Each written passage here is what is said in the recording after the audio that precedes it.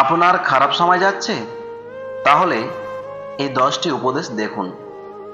নম্বর 1, সব সমস্যার সমাধান একদিনে হয় না। ধৈর্য ধরুন এবং সময় দিন।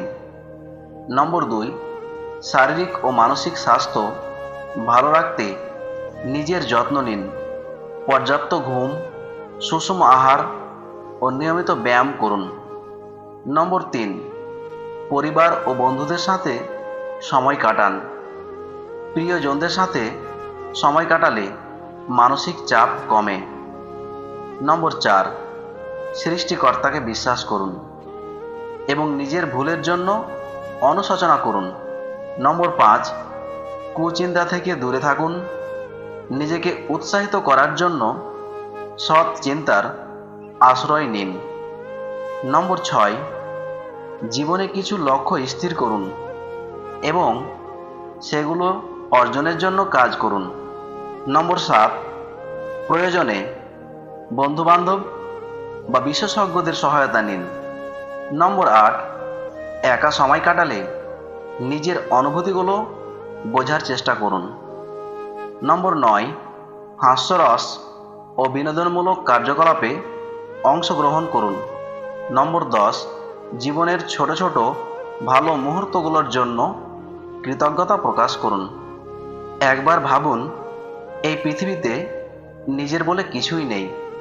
জন্ম নিয়েছ অন্যজনের কাছে, তোমার নামটি দিয়েছে অন্যজন, শিক্ষা অন্যজনের দান, রোজগার অন্যজনের পয়সা।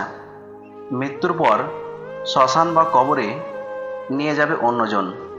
জীবনে এমন বন্ধু বানাও যেন আয়না আর ছায়ার মতো হয়, কারণ আয়না কখনো মিথ্যা বলে না আর ছায়া কখনো ছেড়ে যায় না।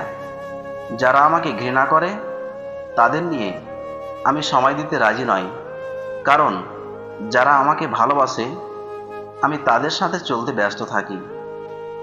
স্বপ্ন কেমন ছিল তা ঘুম ভাঙার পরে বোঝা যায়। ঠিক তেমনি কাছের মানুষগুলো কেমন ছিল তারা হারিয়ে যাওয়ার পরে বোঝা যায়। ভালোবাসা না থাকিলে ভালোবাসা বাসা পর্যন্ত পৌঁছায় না। স্বভাবতই আমরা দেখতে পাই, বড় লোকের বাড়িতে গরিব লোক আসলে বিরক্ত হয়, কিন্তু কোনো গরিব লোকের বাড়িতে বড় লোক আসলে জীবনের সব কিছু উজাড় করে আপ্যায়ন করার চেষ্টা করে।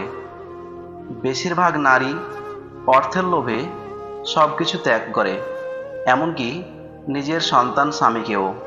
কিন্তু একজন নারীলোভী পুরুষ নারীর মোহে সব অর্থ সম্পত্তি নষ্ট করে। তাই নারীলোভী পুরুষ এবং অর্থলোভী নারীর কাছে পৃথিবীর অন্য সব কিছু মূল্যহীন।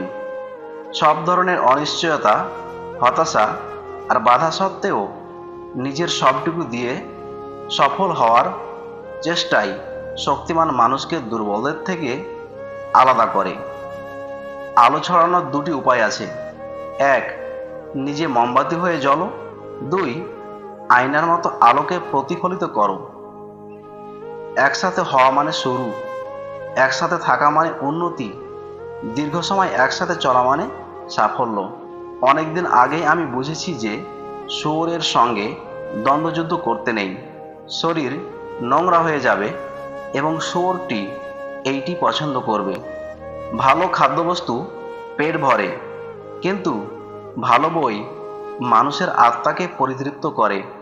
বুদ্ধিমানেরা তখন কথা বলে যখন তাদের কিছু বলার থাকে। বোকারা কথা বলে কারণ তারা ভাবে তাদের কথা বলতে হবে।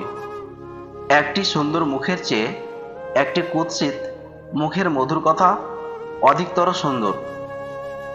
ভিডিওটি দেখে যদি আপনাদের একটুখানিও হৃদয় স্পর্শ করে থাকে তবে লাইক ও কমেন্ট করবেন এবং আমার এই বেস্ট বাংলা মোটিভেশন চ্যানেলটিকে সাবস্ক্রাইব করে পাশে থাকবেন। সবাইকে ধন্যবাদ।